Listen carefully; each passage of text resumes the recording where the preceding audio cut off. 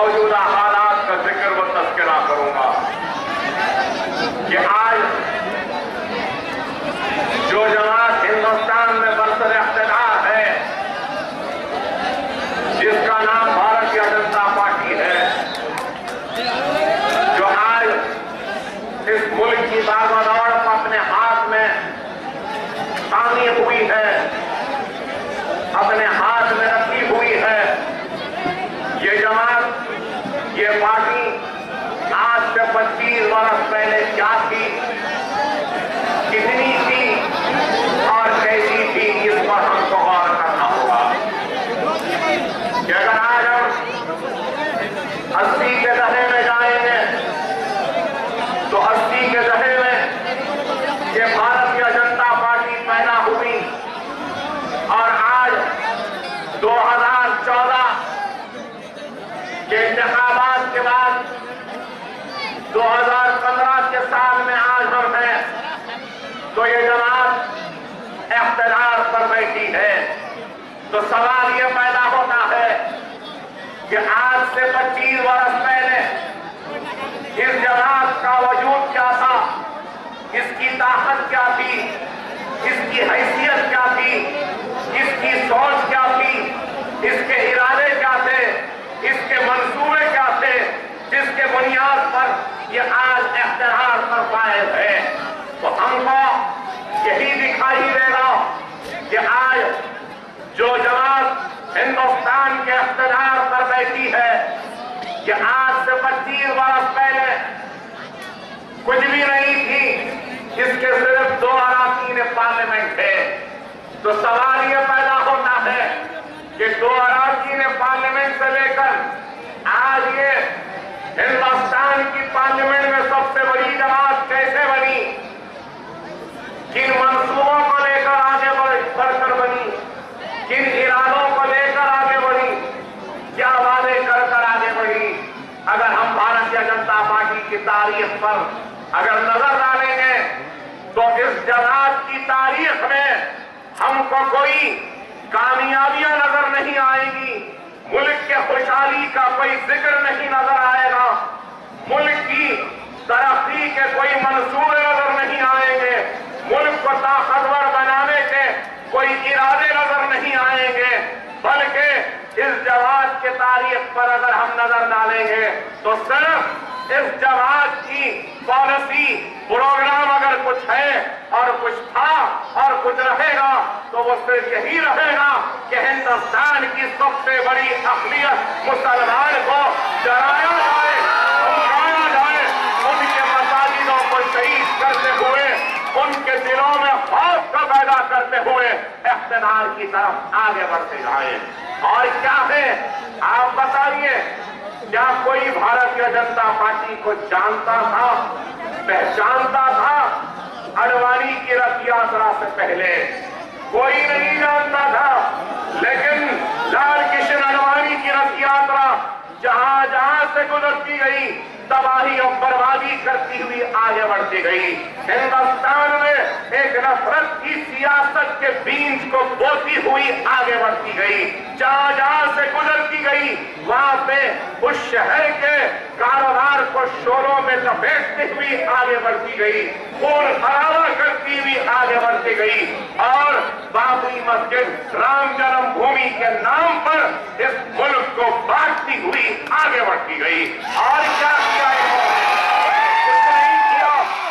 और फिर हिंदुस्तान की तारीख का एक सियाह दिन जिसको ये मुल्क कभी भूल नहीं सकता, और वो दिन था 6 दिसंबर 1992 का, जिस दिन हिंदुस्तान के सेकुलरिज्म की सबसे बड़ी इमारत और मुसलमानों की इबादत का बाबरी मस्जिद को इन फिरका परस्तों ने शहीद किया और उस बाबरी मस्जिद की जगह राम की मंदिर का संग बुनियाद रख दिया और राम मंदिर और राम की मूर्ति को वहां पे बिठा दिया।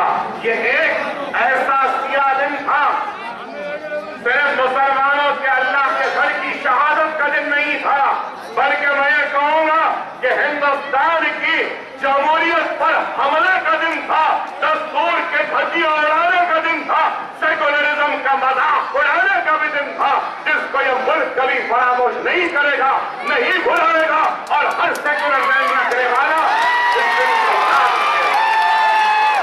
और बाबरी मस्जिद की शहादत के बाद इनके कदम आगे बढ़ते गए, ये आगे बढ़ते गए, इख्तियार की तरफ आगे बढ़ते गए।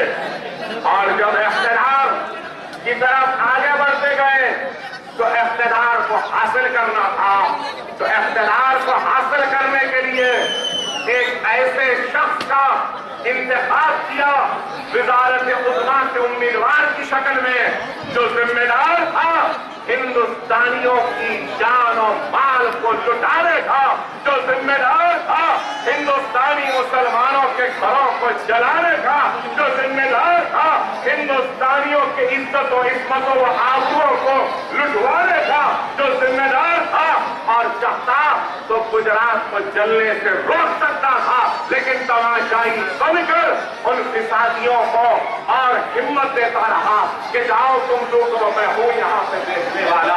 मेरी मुराद आज के वजीर आजम और कल के गुजरात के चीफ मिनिस्टर नरेंद्र मोदी से है।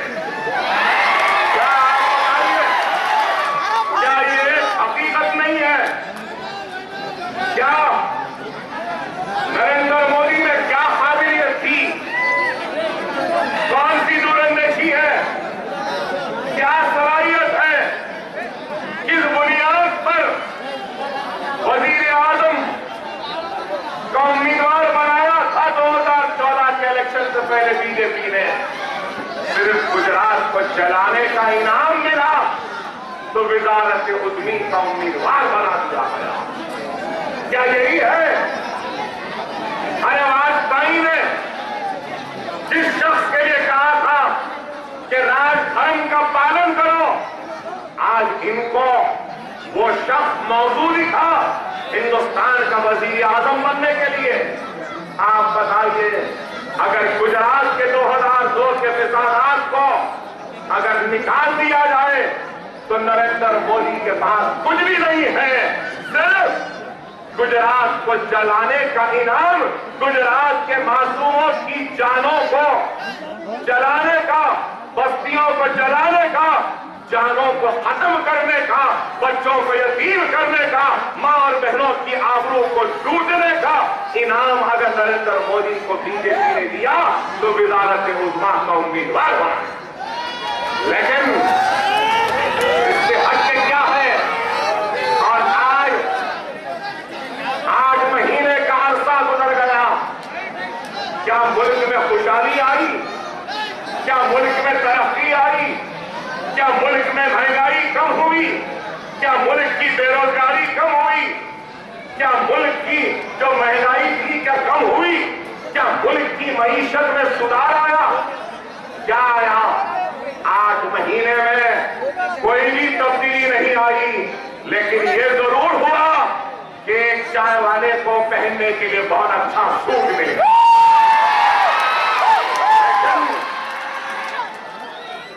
लेकिन इस मुल्क के गरीब आज भी गरीब है, इस मुल्क का बेरोजगार आज भी बेरोजगार है, इस मुल्क का बेघर आज भी बेघर है, इस मुल्क की महंगाई आज भी अपने उरूज पर है, इन्फ्लेशन आज भी है। कोई तब्दीली नहीं आई, कुछ भी नहीं आया। 15 लाख हर हिंदुस्तानी के पास आएंगे, इतना ब्लैक मनी है। ब्लैक मनी यहां तो नहीं आया, लेकिन एक चाय वाले को बड़े अच्छे अच्छे कपड़े पहनने को मिल गए। उनको क्या मिला? मैं पूछना चाहता हूं, क्या मिला?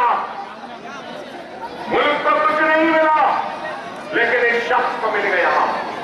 अरे आप बताइए कि आज बैनुल-अक़वामी बाजार में तेल की कीमत घट चुकी है, कम हो गई है, पेट्रोल सस्ता हो गया, और सस्ता हो गया जब भी महंगाई आती तो इल्जाम लगता कि नहीं पेट्रोल महंगा हो गया, इस वजह से महंगाई हो गई। अब मैं पूछना चाहता हूं, पेट्रोल सस्ता हो गया लेकिन महंगाई वैसी की वैसी है। पेट्रोल ऑयल कम हो गया लेकिन इन्फ्लेशन वैसी का वैसी है। ऑयल डीजल कम हो गया लेकिन मुल्क की मईशत आज भी वैसी है। डॉलर चल रहा है, रुपया गिर रहा है, पाउंड उठ रहा है, रुपया गिर रहा है, रियाल उठ रहा है, रुपया गिर रहा है। आप बताइए तो इन्होंने मुल्क को क्या दिया? सिर्फ जबानी जमाहत बातें और एक हसीन सपने दिखाते रहे। ऐसा कि हथेली में जन्नत दिखा दिए, हमारे तो रोजगार मिल जाएगा, तब्दीली आएगी, चेंज आएगा, मुल्क में खुशहाली आएगी। अरे किसमें खुशहाली आएगी? मुल्क कहाँ गया? आप बताइए।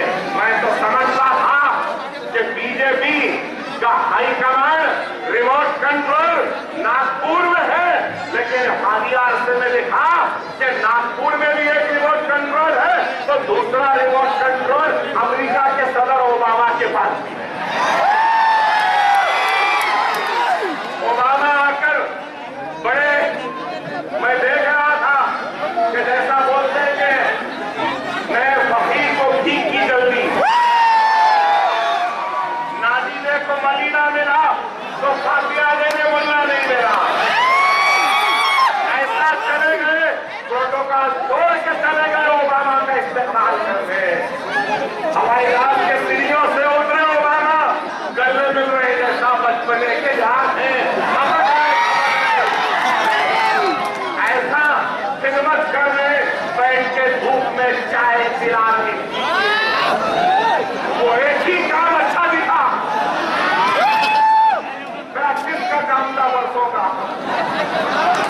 अगर आपको हमको अगर केसरी में से चाय डालना होता तो शायद गिर जाती, सही नहीं डाल सकते थे, चाय को दम भी बराबर नहीं दे सकते थे, लेकिन वो एक काम अच्छा किया।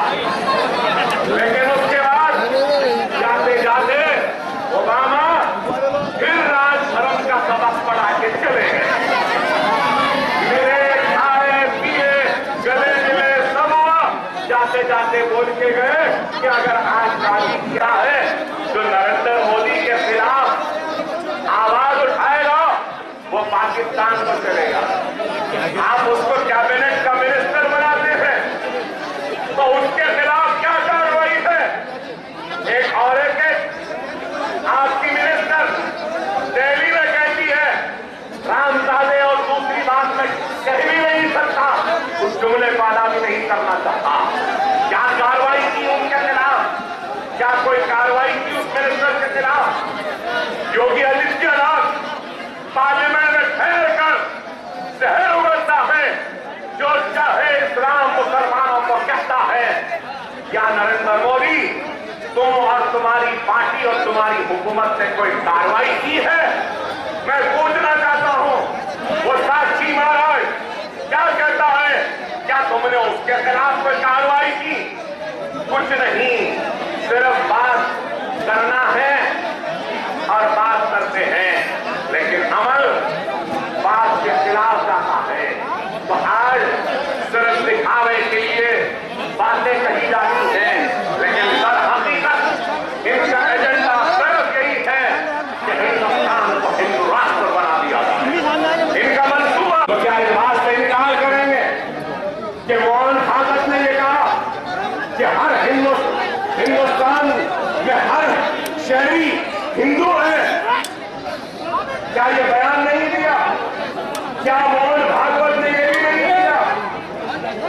ये सारी बातें कहीं पर जब जिहाद की बात, कहीं दीनी दरगाहों में जिहादियों को पैदा करने की बात, कहीं पर 4-4 बच्चे पैदा करो बोलने की बात, कहीं पर घर वापसी की बात, कहीं पर रामजादे या कोई दूसरी बात। अरे जब भी जबान खुली तो हिंदुस्तान की सबसे बड़ी अहमियत मुसलमानों के खिलाफ होती है।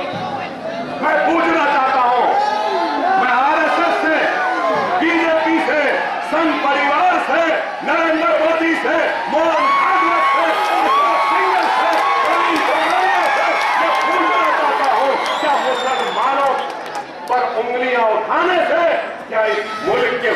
का खात्मा होगा?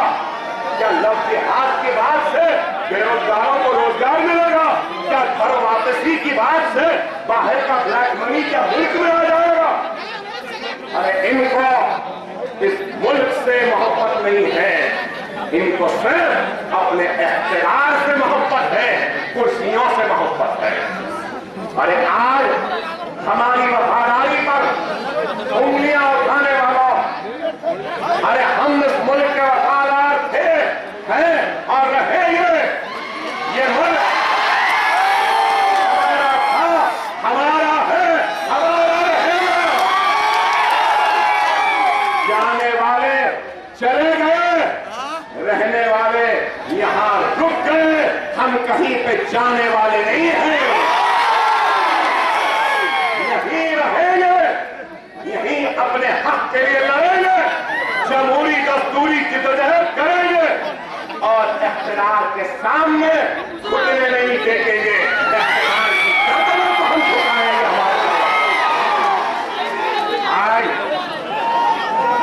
आज सिर्फ इल्जाम, सिर्फ बातें और सिर्फ नफरत की सियासत के जरिए इस मुल्क के इख्तियार पर बैठना चाहते हैं।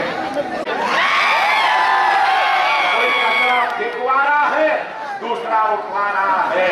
बड़े बड़े एक्टर झाड़ू के कट्टे लेके निकल गए।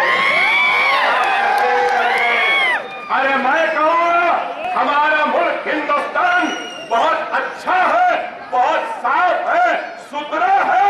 हमारे इस मुल्क की सबसे बड़ी अगर कोई गंदगी है तो वो बीजेपी संघ परिवार आए। अगर इस मुल्क को स्वच्छ भारत बनाना है तो इस गंदी सोच का खात्मा करना है, इस गंदी फिक्र का खात्मा करना है। हमारे मुल्क को अगर कुछ लेके डूबेगी तो इनकी ये गंदी सोच, गंदी फिक्र और सिर्फ नफरत की सियासत इस मुल्क को लेके डूबेगी। और आज जब हम अपने हक के लिए आवाज उठाते हैं तो हम अच्छे नहीं दिखते, हम बुरे दिखते हैं। ये खराब है। डेनमार्क में सरकार की शान में गुस्ताखाना कानून का इशारा हुआ, एक सिलसिले का आगाज हुआ और फिर पेरिस में भी एक अखबार में सरकार की शान से गुस्ताखाना कानून की इशाअत की। उसके बाद पेरिस में जो कुछ हुआ हम इसकी मजम्मत करते, लेकिन मैं तवज्जो चाहता हूं। खामोश बैठे, सुनिए मेरी बात, सुनिए मेरी बात को खामोशी के साथ। बहुत जमाने बाद आए हो, अगर सब्र नहीं है, खामोशी नहीं है, सुनना नहीं चाहते तो अपनी बात को खत्म कर दूंगा और फिर कभी लौट के यहां नहीं आऊंगा। खामोशी से सुने। आज पेरिस में कार्टून की शायद हुई और उसके बाद में वाकयात हुए, गलत हुए, मजम्मत करते हैं हम। हर मुसलमान मजम्मत करता है, लेकिन उसके साथ ही साथ मुसलमान इस बात का भी एहतजाज करता है कि हमारे मजहबी जज्बात को मजरू न करो। अगर यूरोप में ईसा अलैहिस्सलाम के खिलाफ अगर एक लफ्ज भी कोई कहता है तो उसको सूली पर लटका दिया जाता। क्या यह कानून नहीं है? जब ईसा अलैहिस्सलाम के खिलाफ गुस्ताखी पर सूली है तो हर मजहब के मानने वालों के ऊपर अगर कोई भी गुस्ताखी हो तो उन सबको भी सूली की सजा होनी चाहिए। क्या यह बात गलत नहीं? मैंने हिंदुस्तान के टेलीविजन पर और वो टेलीविजन जो रोजाना अकबर ओवैसी अकबर ओवैसी अकबर ओवैसी एक स्पीच अकबर ओवैसी एक स्पीच बता 9 बजे जरूरी है 10-15 दिन में अकबर ओवैसी का नाम लेना। 15 दिन में एक मरतबा अकबर ओवैसी का नाम होना ही होना। किसी को 9 बजे, किसी को 10 बजे, किसी को 7 बजे, मैं देखकर हैरत में था।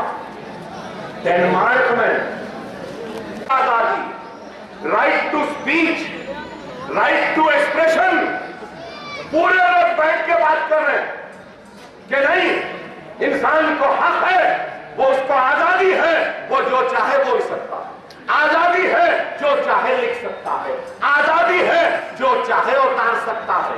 कौन लोग बोल रहे जो अकबरुद्दीन ओवैसी के तकरीर और आजादी पर उंगली उठाए थे?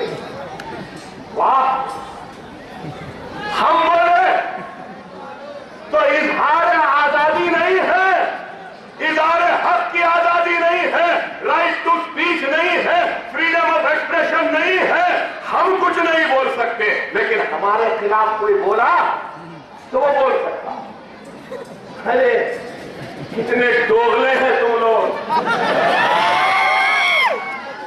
अगर अकबर ओवैसी के जुमलों पर, अकबर ओवैसी के बयान पर अगर तुमको एतराज है, तुम अगर दियानतदार है, ईमानदार है, तुम में ज़मीर है, तुम में अगर इखलास है, तुम में अगर इल्म है, तुम में अगर सेकुलरिज्म जर्रा बराबर भी है, तो तुम लोगों को चाहिए कि तुम पेरिस के वो कार्टून बनाने वालों की भी उसी तरीके से मजम्मत करते, एहतजाज करते, जिस तरीके से तुमने अकबरुद्दीन ओवैसी पर मजम्मत और एहतजाज का इजहार किया।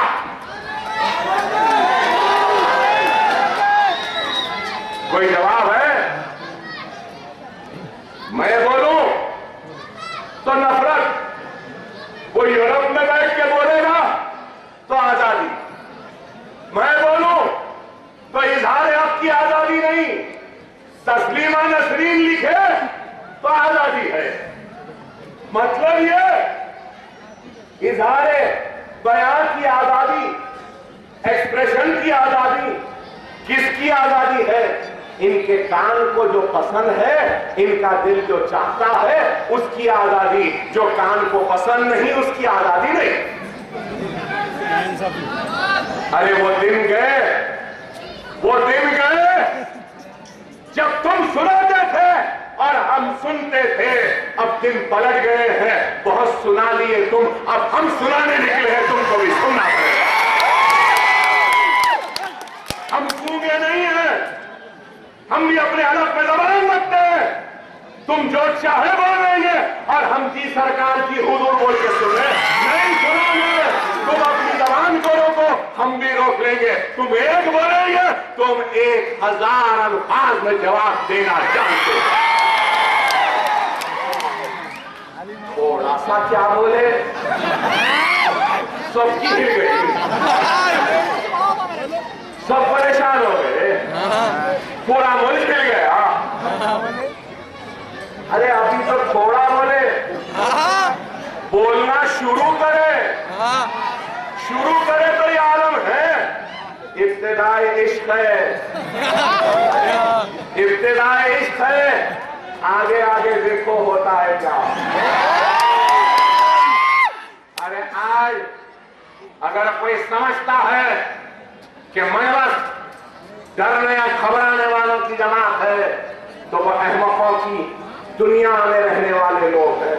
हम डरने या घबराने वालों की जमात नहीं है।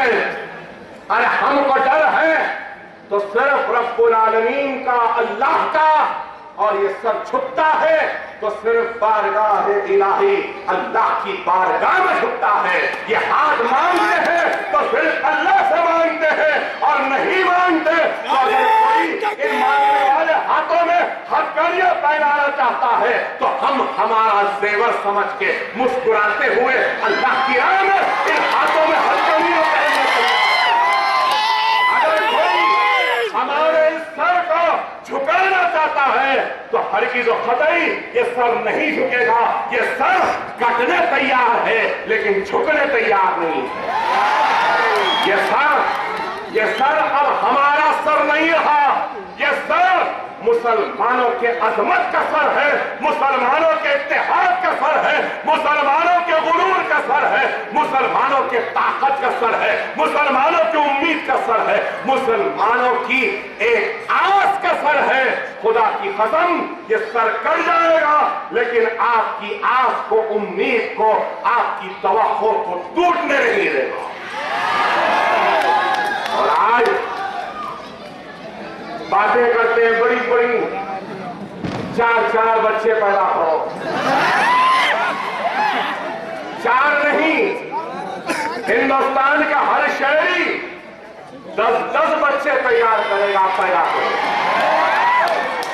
लेकिन मेरा सवाल है, अरे जिस घर में 2 बच्चे हैं वो बेरोजगार, जिस घर में 2 बच्चे हैं वो बच्चा मजदूरी पे मजबूर है, जिन घरों में 2 बच्चे हैं उनके सरों पे छत नहीं है, जिन घरों में 2 बच्चे हैं उनके घरों में पानी नहीं, जिन घरों में 2 बच्चे हैं वहां पे बराबर बर्फी नहीं, जिन घरों में 2 बच्चे हैं वहां पे 3 टाइम का दाना अनाज नहीं है। लेकिन इनको न भूखे को भूख मिटाने की फिक्र है, न प्यासे की प्यास बुझाने की फिक्र है। बस बातें करो, 4 बच्चे पैदा करो। और कौन बोल रहे हैं 4 बच्चे पैदा करो?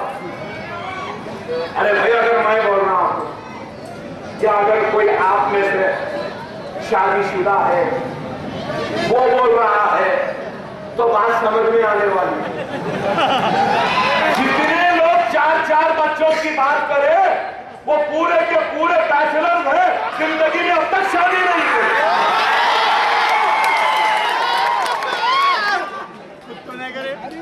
इनको पैदा करना नहीं आया, लोगों को पैदा करना।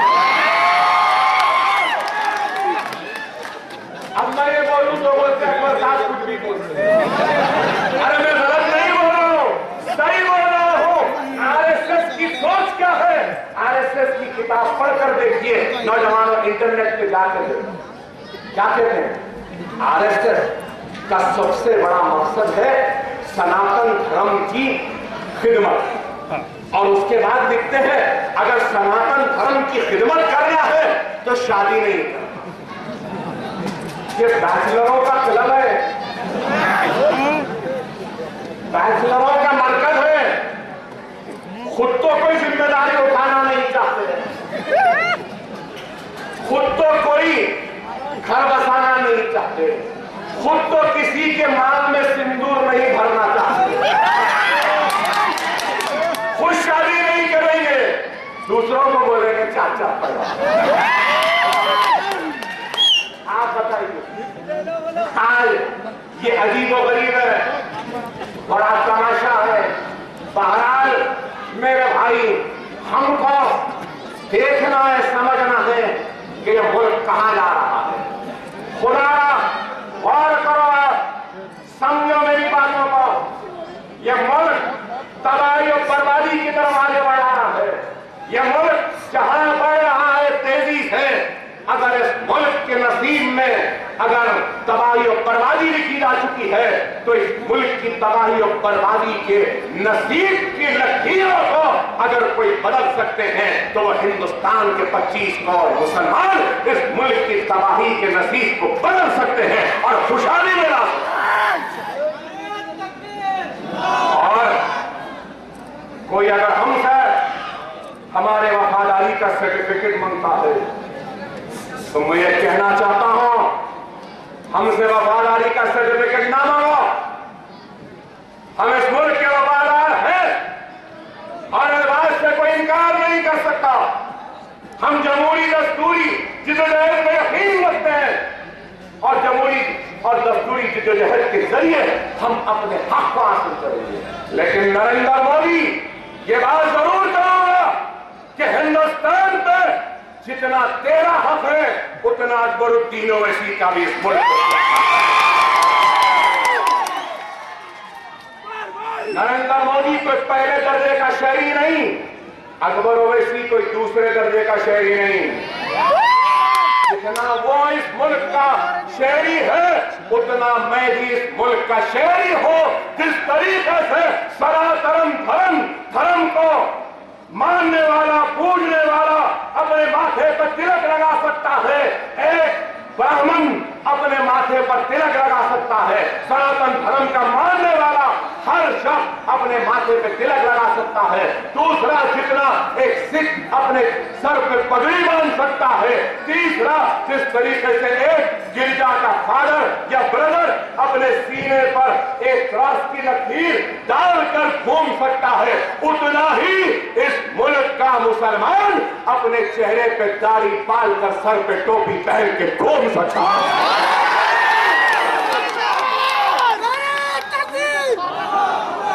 टोपी पहनने वाला मशकूक नहीं हो सकता, चेहरे पे दाढ़ी पालने वाला इस मुल्क के लिए गद्दार नहीं हो सकता। अगर होता है तो फिर ये उंगली सिर्फ मुसलमान पे नहीं, ये उंगली इस मुल्क के हर मज़हब के मानने वालों पर भी उठे। मुझे चेहरे पे दाढ़ी पालने का हक है, मैं पालूंगा, पाल कर नौकरी भी करूंगा, पाल कर घर को भी चलाऊंगा, पाल कर इस मुल्क की खिदमत भी करूंगा, पाल कर इस मुल्क से वफादार भी रहूंगा। लेकिन मेरी दाढ़ी पर उंगली उठाने वालों, अरे हमने इस मुल्क के लिए अपनी जानों की बाजी लगाई, हमने इस मुल्क को सजाया है, संवारा है, हमने इस मुल्क को इतना सजाया, इतना संवारा है कि इस मुल्क का वजीर आज़म हमारी आजादी की तारीख और उस दिन पर जिस जगह पे जिसका नाम लाल किला है, जहां पे हमारे हिंदुस्तान, हमारे इंडिया का तिरंगा लहरा झंडा लहराते हैं, उस लाल किले को बनाने वाले कोई और नहीं, वो हम ही मुसलमान हैं। वो ओबामा के इशारे पर नाचने वालों, वो ओबामा हिंदुस्तान की उस खूबसूरत इमारत ताज को देखने की हसरत जो रखता था, सिक्योरिटी के बुनियाद पे नहीं जा सका, उस ताज को बनाने वाले भी हमारे ही आबा व अजदाद हैं। क्या इनकार कर सकते हैं? अरे वो तो छोड़ो, आज चंद्रशेखर राव साहब जहां से झंडा चढ़ा रहे हैं, गोलकुंडा किला, वो भी हमारे आबा व अजदाद की बनाई हुई इमारत। अरे हमने इस मुल्क को दिया है, इस मुल्क को दिया है, और अगर खुदा ना खास्ता कल भी अगर वक्त आ जाएगा इस मुल्क की सरहद की हिफाजत के लिए, इस मुल्क के वक़ार की हिफाजत के लिए, इस मुल्क की शान की हिफाजत के लिए, इस मुल्क की शौकत की हिफाजत के लिए, तो खुदा की कसम सबसे पहले अपने सीनों को पेश करके इस मुल्क की हिफाजत करने वाले, इस मुल्क की शान बान आन को हिफाजत करने वाले कोई और नहीं, मुसलमान होंगे जो आगे बढ़ के अपने सीनों को पेश करें। आज हमारा झगड़ा, हमारी लड़ाई हिंदुस्तान के सनातन धर्म से ताल्लुक रखने वालों से नहीं है, हमारा झगड़ा किसी भी मजहब के मानने वालों से नहीं है। अकबरुद्दीन ओवैसी का झगड़ा, अकबरुद्दीन ओवैसी का इख्तिलाफ, अकबरुद्दीन ओवैसी की जमहूरी वो दस्तूरी जंग और लड़ाई है तो बीजेपी से है, संघ परिवार से है, आरएसएस से है, विश्व हिंदू परिषद से है, बजरंग दल से है, शिवसेना से है, नरेंद्र मोदी से है, और उन सारे लोगों से है जो हमारे खून, हमारे घरों और हमारे बस्तियों को उजाड़ने के जिम्मेदार हैं। हमारा झगड़ा उनसे और उनसे रहेगा, उस वक्त तक रहेगा जब तक के बाबरी मस्जिद उसी मुकाम पर तामीर नहीं हो जाती। हमारी जमहूरी व दस्तूरी जिद्दोजहद और लड़ाई जारी रहेगी और हम उस वक्त चैन लेंगे जब हमको हमारा हक मिलेगा। हम उस वक्त तक चैन से नहीं बैठेंगे जब तक के गुजरात में लुटने वाले एक एक हिंदुस्तानी मुसलमान को इंसाफ नहीं मिलता। हम उस वक्त तक चैन से नहीं बैठेंगे जब तक नरोदिया पातिया में मरने वाले मुसलमानों को इंसाफ नहीं मिलता। हम उस वक्त तक चैन से नहीं बैठेंगे जब तक के बेस्ट बेकरी में मुसलमानों को मारने वाले उन दरिंदों को सजा नहीं हो जाती। हम उस वक्त तक चैन से नहीं बैठेंगे जब तक के इशर जहां को के अफराद खानदान को इंसाफ नहीं मिलता।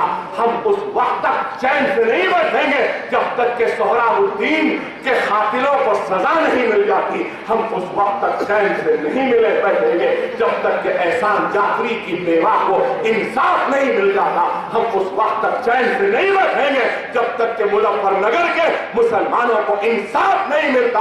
हम उस वक्त तक चैन से नहीं बैठेंगे जब तक के वो सारे गुजरात के पुलिस वालों को सूलियों पर नहीं लटकाया जाता। हम चैन से नहीं बैठेंगे। हम उस वक्त तक चैन से नहीं बैठेंगे जब तक कि अमित शाह को जेल में नहीं डाला जाता। हम उस वक्त तक चैन से नहीं बैठेंगे। गुजरात का सबसे बड़ा मुजरिम नरेंद्र मोदी को सूली पर नहीं चढ़ाया जाता। हम उस वक्त तक चुप नहीं बैठे। हम उस वक्त तक चैन से नहीं बैठेंगे। अरे आज बड़ा डर है इनको, हमसे डर है। अकबर ओवैसी यूपी जाना चाहते हैं, नहीं जा सकते।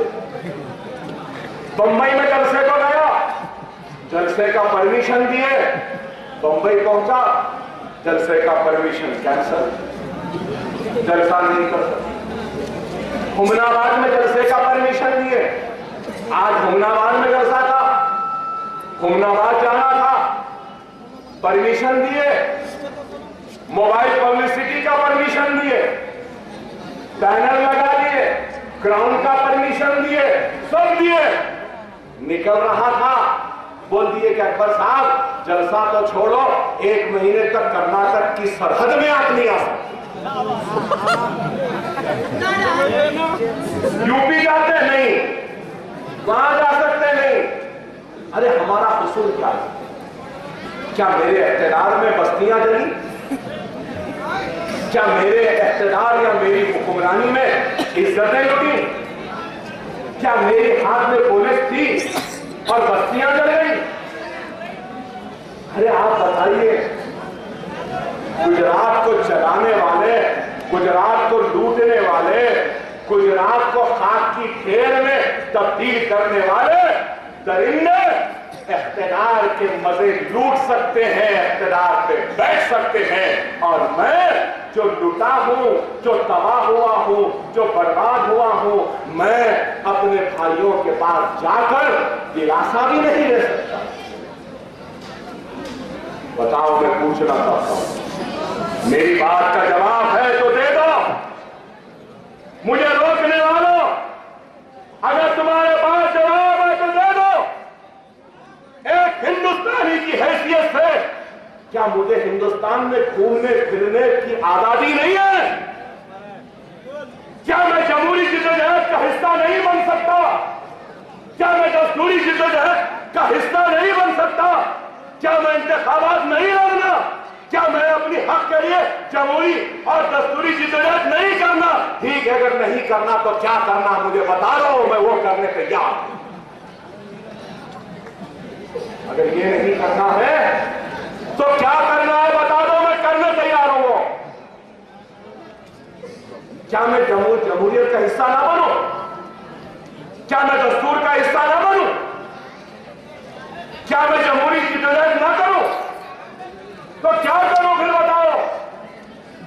आज मैं पूछना चाहता हूं, अरे तुमको तो चाहिए चंद टकों पे बिकने वाले लोग, अरे तुम हमको खरीद नहीं सकते इसलिए हमको रोक रहे हो। दुनिया की कोई दौलत, कोई ताकत मजलिस को नहीं खरीद सकती।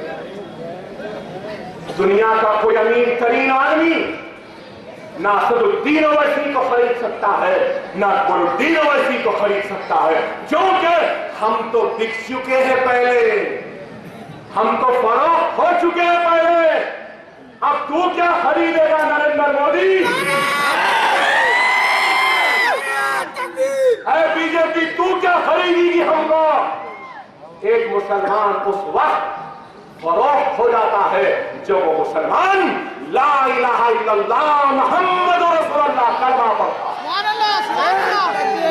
हम फरोख्त हो चुके हैं अल्लाह और उसके रसूल मोहम्मद मुस्तफा सल्लल्लाहु अलैहि वसल्लम के नाम पर उनकी उम्मत के। लेकिन आज ये लोग हमको रोक रहे हैं। अरे क्यों रोक रहे हैं? आज सारा का सारा मीडिया परेशान। मजलिस बंबई में जीत गई, महाराष्ट्र में जीत गई। कैसा जीते देखे? बोलते थे नाम में, अरे पाटाबस्ती की जमात बोलते, पाटाबस्ती वो पुरानी शहर की जमात बोलते, छोटी जमात बोलते। कैसा खुल गई छोटी जमात और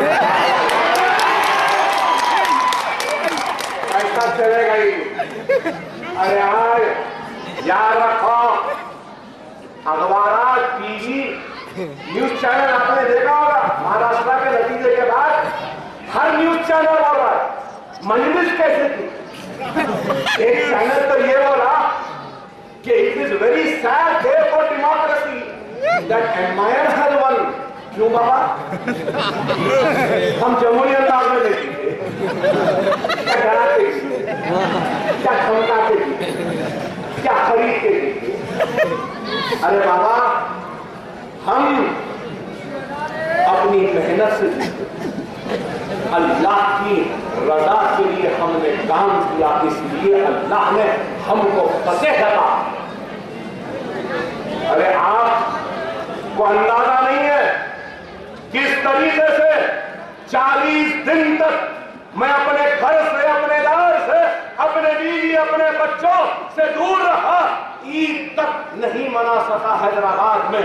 मुंबई में ईद मनाई, बैठे रहा, जलसों में गया तो लोग कहते थे कि दीवाना है, खड़ा है, बोल रहा है। लेकिन इस दीवाने ने किसी की परवाह नहीं की, बस एक जुनून था, और वो जुनून ये था कि मुसलमानों को एक मरकज़ सियासी पे लाएंगे, उनका हक दिलाएंगे, उनके लिए लड़ेंगे, उनकी आवाज बनेंगे। और आज मुंबई का मुसलमान कहता है कि बहुत दिन बाद हमने नारे तकबीर अल्लाहू अकबर की फिजाओं को महाराष्ट्र में गूंजते हुए सुना है। नारे तकबीर! और मैं बोलूं तो आप यकीन नहीं करेंगे, मेरी हर तकरीर के बाद मैं नारे तकबीर का नारा लगाता हूं। आपको सुन के हैरत होगी कि महाराष्ट्र में, शोलापुर में, नांदेड़ में, मुंबई में, मुमरा में, भिवंडी में बीजेपी, शिवसेना और नेशनलिस्ट कांग्रेस के जलसों में और उनके रैलियों में एक नारा लग रहा था। और वो नारा क्या था आपको मालूम? नारे तकबीर अल्लाहू अकबर। आप बोलिए क्या है? जादू ऐसा चढ़े, ऐसा चढ़े कि सर चढ़ के बोले हम वो जादूगर हैं कि शिवसेना की रैली में नारे तकबीर बोले, कांग्रेस की रैली में, बीजेपी नेशनलिस्ट पार्टी में तो लोग बोले अकबर साहब आप कितने सीट जीतेंगे? मैंने कहा हम जीत गए। बोले कैसा जीते? अरे नारे तकबीर अल्लाहू अकबर जो गूंज रही है अखियार के पास, यही मेरी कामयाबी है। अरे हमने ये क्यों किया? आप बताओ मेरे भाई, क्या हमने आपके वक़ार को बुलंद किया या नहीं किया? क्या आपकी इत्तेहाद की आवाज को हिंदुस्तान में पहुंचाया या नहीं पहुंचाया? क्या हम आपके नारों को, आपकी हिम्मत को, आपकी दुआओं को लेकर हमने हिंदुस्तान के मुसलमानों को बेदार किया या नहीं किया? आज बड़ी बात से तो तौबा, और बड़ी बात नहीं, अल्लाह का शुक्र, एहसान है अल्लाह का, सदका नबी करीम सल्लल्लाहु अलैहि वसल्लम का। और ये अल्लाह की दुआएं हैं कि अगर हैदराबाद का कोई एक शख्स दुनिया के किसी कोने में, छोड़ो हिंदुस्तान के किसी कोने में चला जाए और जाकर ये बोले कि मैं हैदराबाद से आया हूं, तो उस शहर का लोग हाथों हाथ लेकर पूछते हैं, अरे क्या तुम उस हैदराबाद से आए हो जहां पे असदुद्दीन ओवैसी, अकबरुद्दीन ओवैसी रहते हैं? क्या ये सही है या नहीं है?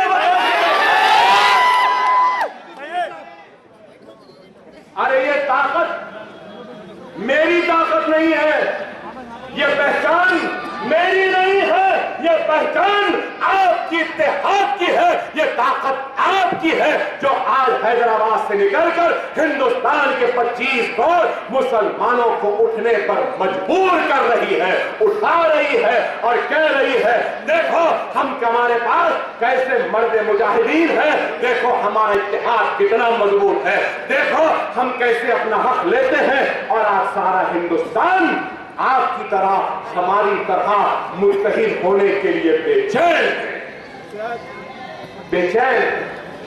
लेकिन याद रखो नौजवानों, अगर तुमको जिंदगी में अगर कामयाबी हासिल करनी है, अपनी जिंदगियों से अंधेरों का खात्मा करना है, अपनी जिंदगियों से मायूसियों को निकालना है, तो सबसे पहले मेरे तकरीर पर चीखने चिल्लाने और नारे लगाने वाले नौजवानों, अगर तुमको अपनी नाकामी को कामयाबी में बदलना है तो सबसे पहले अपने अल्लाह को राजी कर लो, अपने अल्लाह को बना लो। और अल्लाह किससे राजी होगा?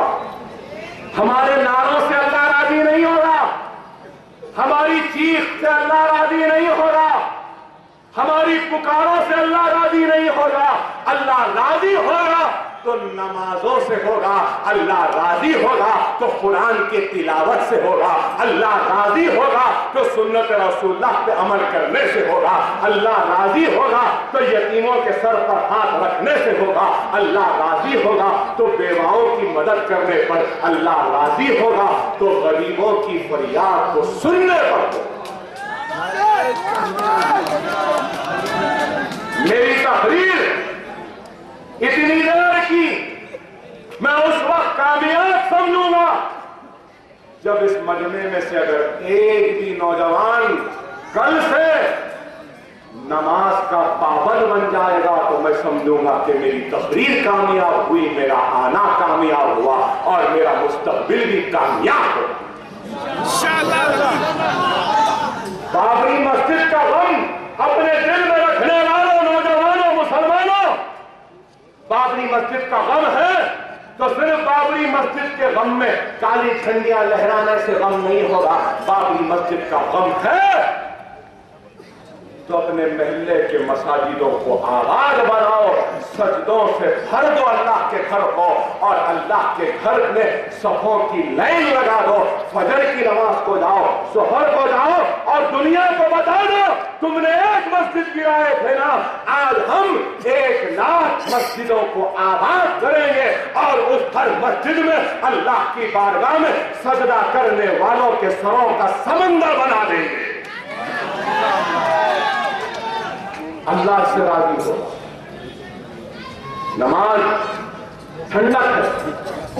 अरे दुनिया की फिक्र करने वाला नौजवानों, रसूलुल्लाह सल्लल्लाहु अलैहि वसल्लम के लिए शरीफ है, दुनिया और आखिरत के बारे में जब साहबा कराम ने पूछा तो सरकार ने इरशाद फरमाया कि इस उंगली को समुद्र में डुबाओ, जितनी उंगली भीगेगी ये तुम्हारी जिंदगी है और समुंदर तुम्हारी आखिरत। तो आपको अपनी उंगली के भिगोने की मानिंद जिंदगी की फिक्र है, समुंदर के मानिंद आखिरत की फिक्र नहीं। तो बताओ अल्लाह मदद करे तो फिर कैसे करेगा? अरे ये दुनिया खत्म होने वाली। और एक हदीस शरीफ बयान करो, मैं अमीर हूं, मैं रईस हूं, मैं दौलतमंद हूं, लेकिन एक अमीर, एक दौलतमंद, एक रईस से पहले जन्नत में कौन जाएगा आपको मालूम? एक गरीब जाएगा।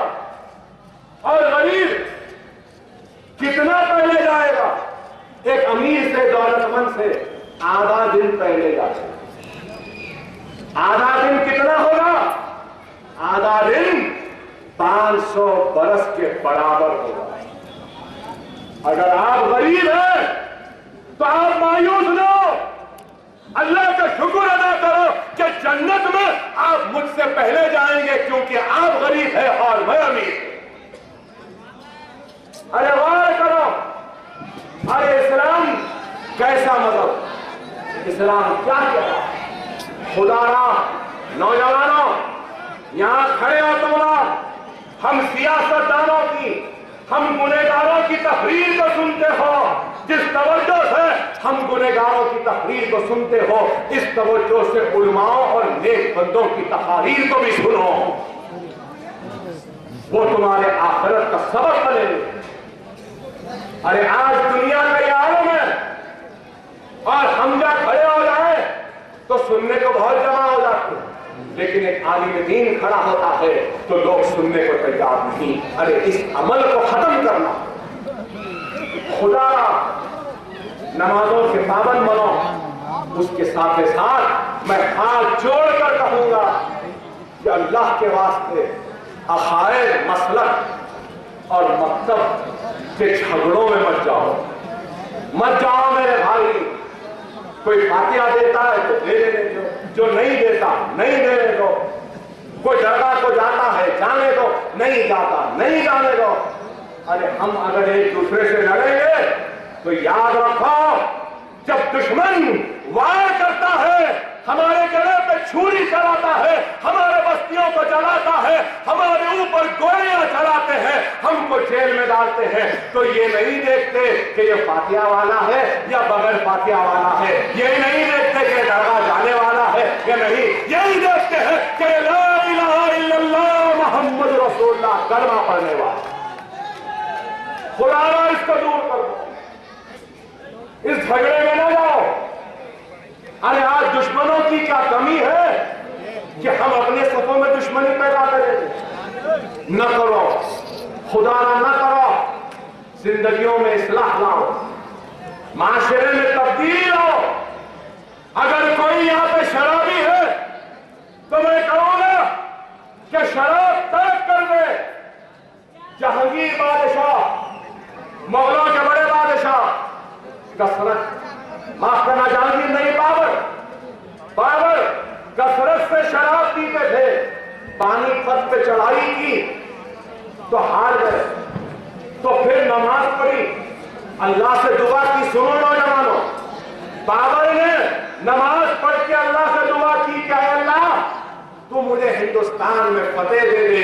अगर तू मुझे फतेह देगा तो मैं आज तुझसे वादा करता हूं कि मैं शराब को तर्क कर दूं। असर के वक्त शहंशाह बाबर ने हमले का आगाज किया। मगरिब होने से पहले हिंदुस्तान फतेह हो और शहंशाह बाबर में शराब तर्क कर।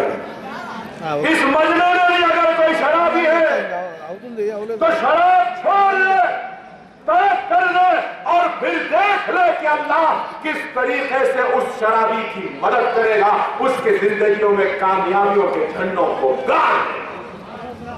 छोड़ो ये बात, जुआ छोड़ो, शराब छोड़ो। अरे आज हर मुसलमान कहता है अरे हमको इतने पैसे देना हुकूमत, उतने पैसे देना। हमारे गरीब खवातीन बुरखों में 10 रुपये 40 रुपये 50 रुपये के खातिर खतारों में खड़े रहते हैं, बेपर्दा होकर। गोलों में बच्चे हैं, खड़े हैं, क्या कुछ पैसे मिल जाते थे, कुछ पैसे दे देंगे बोल रहे, कुछ कार मिल जाता। अरे ऐ मेरे प्यारे मुसलमानों, अपनी माँ और बहनों को भटकने पे मजबूर करने वालों, ऐ नासमझ मुसलमानों, हमको किसी की मदद की जरूरत नहीं है। अल्लाह को राजी कर लो। अगर अल्लाह राजी रहेगा तो दुनिया सब तुम्हारी मदद के लिए तुम्हारे दरवाजों पर आए। और मैं बात कहना चाहता हूं, मुशीराबाद में चरम वाले, चमड़े के कारोबार वाले, बहुत बड़े बड़े लोग हैं, पैसे वाले लोग हैं। इस मुशीराबाद में कम से कम मुसलमानों की आबादी एक 50,000 तो होगी ना भाई।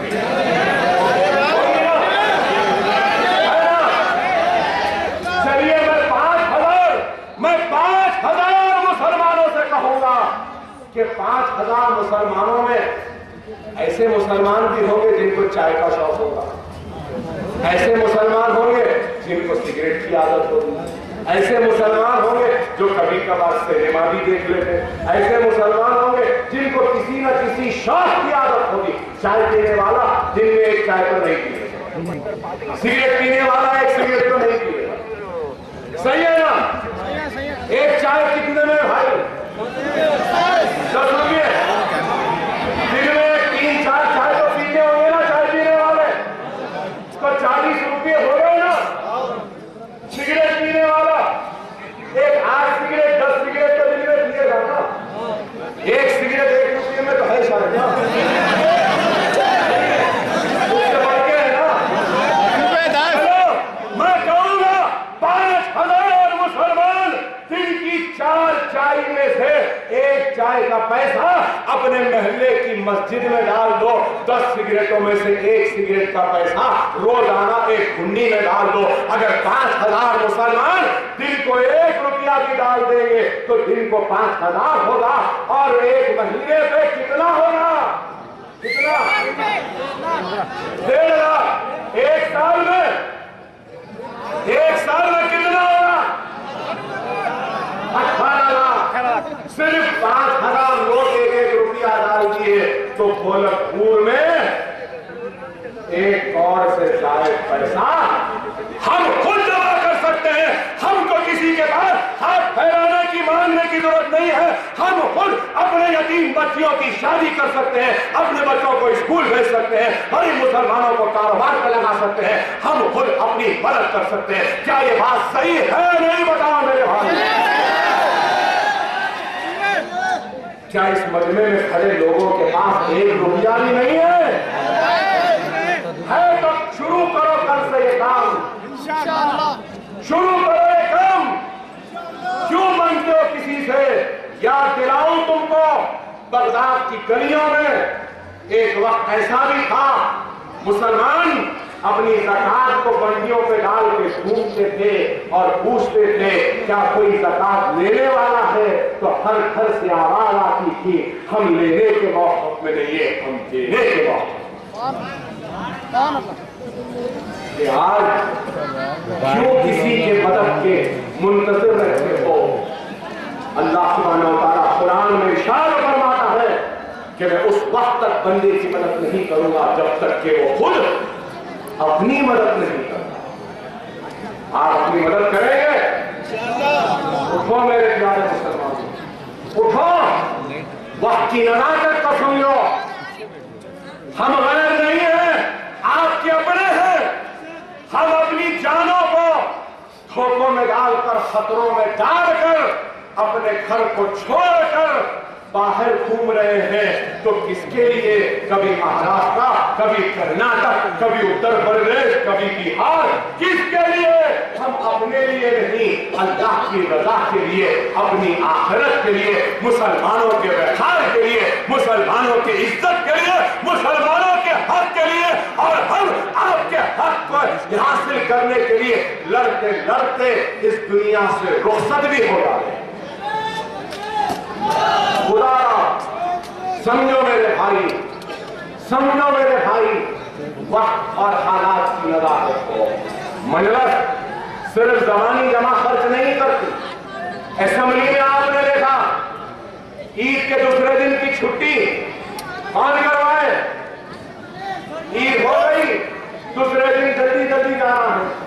भाई मुसलमान जरा रात में जागता ना, आदत है, मैं भी चाहता हूँ। ईद का दिन है तो ज्यादा जागते, सुबह उठ के काम को जा सकते हैं। फिर संक्रांत को 2-2 दिन की छुट्टी, इसको 2-2 दिन, इसको 2-2 दिन, हमारी पूरी 2 दिन होना नहीं होना। 2 दिन छुट्टी हम करा लिए, नहीं कराए? अच्छा कराए, नहीं कराए? जो भी इम्तिहान लिखा तेलुगु में इतने मार्क्स 35 कर दिए थे, 20 मार्क्स करवा दिए, नहीं करवाए? करवा दिए ना। इंशाअल्लाह अब आने वाली असेंबली में एक और चीज मैं कराऊंगा। परसों देखा मैं, शिवरात्रि हुई, बेचारे सनातन धर्म से ताल्लुक रखने वाले लोग शिवरात्रि में दिन में वो खाना नहीं खाते, फ्रूट्स खाते और फिर रात में जागते हैं और सुबह फिर नौकरी को चले गए। इंशाअल्लाह हम इन लोगों के वास्ते भी शिवरात्रि के 2 छुट्टियों का मुतालबा करें। वो तुम्हारा अमल है, ये हमारा अमल है। वो तुम्हारी तारीफ है, ये हमारे आका मोहम्मद मुस्तफा सल्लल्लाहु अलैहि वसल्लम की तारीफ है। बीजेपी वाले ने बताया तब हुआ, बेचारा लक्ष्मण जी ने बताया। हमारे कदमों की बरकत देखो कि कदम आए तो बटना बटाना देना दिलाना शुरू हो गया।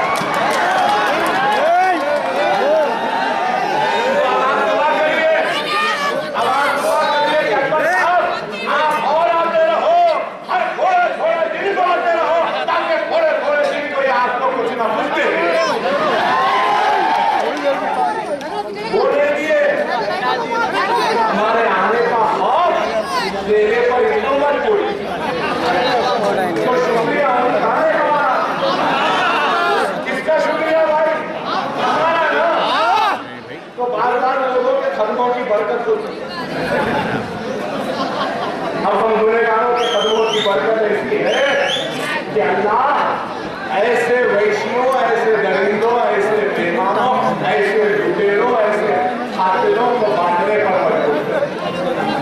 बहरहाल मेरे भाई वक्त की नजाकत को समझिए, महसूस करिए कि आज अगर हमारी सभा में अगर इत्तेहाद होगा तो हम कुछ करेंगे। तेलंगाना तो बन गया, अब तेलंगाना के वादे बहुत सुन रहे हैं, तयक़ुनात वो भी देख रहे हैं, इनकी नीयत क्या है वो तो वक्त ही बताएगा। लेकिन ऐलानात तो बड़े हैं, बातें तो बहुत बड़ी हैं। सिकंदराबाद कट्टा साफ होने वाला है। छत्तीसगढ़ से बिजली आने वाली है, अल्लाह जल्दी पहुंचा दे। हर घर में पानी आएगा, अल्लाह जल्दी दिलवा दे। हर बेरोजगार को रोजगार मिलेगा, अल्लाह जल्दी दिला दे। हर परेशान की मुसीबत दूर हो जाएगी, अल्लाह जल्दी दिला दे। 43% की राशि हो गया सरकारी मुलाजिमीन का, अल्लाह जल्दी उनको दिला दे। जो करते करिए, वक्त ही बताएगा, वक्त ही बताएगा। और हम नेक ख्वाहिशात का इजहार करेंगे। हम इख्तियार में आए, 5 रुपये खाने का लंगर लगा दिए जीएसटी की जाने से। 4000 जिसका टैक्स है उसका टैक्स माफ कर दो, हम ये बात बोलेंगे। अरे हम काम कर रहे हैं, 12% रिजर्वेशन देंगे बोले, अल्लाह जल्दी की बात। हमको उम्मीद है उम्मीद, हम कुछ नहीं बोलेंगे, इंतजार करेंगे, इंतजार करेंगे। जस्ट हॉस्पिटल शिफ्ट हो रहा है, सेक्रेटरीट बन रहा है, बहुत अच्छे बना दीजिए। तेलंगाना के बजाय कुकटपल्ली या वहां रहने वाले आंध्रा वालों का बहुत बड़ा फायदा होगा उससे। अल्लाह करवा दे। हम कुछ नहीं बोले, बस करा दीजिए। जिस मकसद के लिए तेलंगाना हासिल किया था वो मकसद हासिल हो जाए तो तेलंगाना की आवाम खुश हो जाएगी। काम हो या ना हो, कट्टा साफ हो या ना हो, पानी आए या नहीं आए, बिजली आए या नहीं आए, हम तो जहाँ वही रहेंगे, जहाँ थे वही रहेंगे। हम कोई आंध्र प्रदेश की गति पे बैठने वाले नहीं है। अभी बहुत बोलना है, इंशाअल्लाह ताला जलसे होते रहेंगे। अब तो आगाज हुआ है, अब बहुत फिर लिए हिंदुस्तान, अब जरा अपने शहर में फिरे।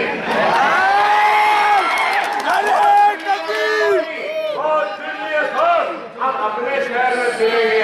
आगाज हुआ था पूरा बंदे से, खुशियां इंशाअल्लाह अंदर से नंबर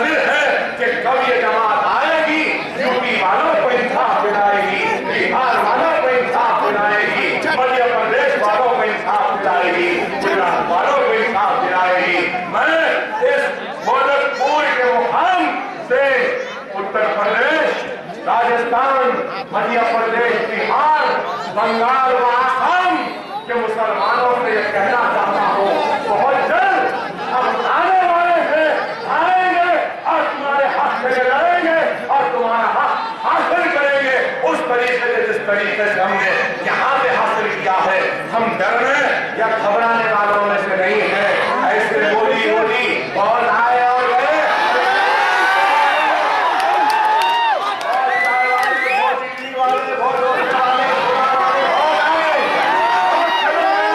लेकिन हम डरने या घबराने वालों में से नहीं है। हम अपने हक के लिए जिद्दोजहद करेंगे और हक को हासिल करेंगे। मेरी इतनी देर की तकरीर, मेरा हथियार, मेरी ताकत, मेरी हिम्मत, गोरखपुर वाला बहुत जोश था, बहुत उथल पुथल थी, सुनना था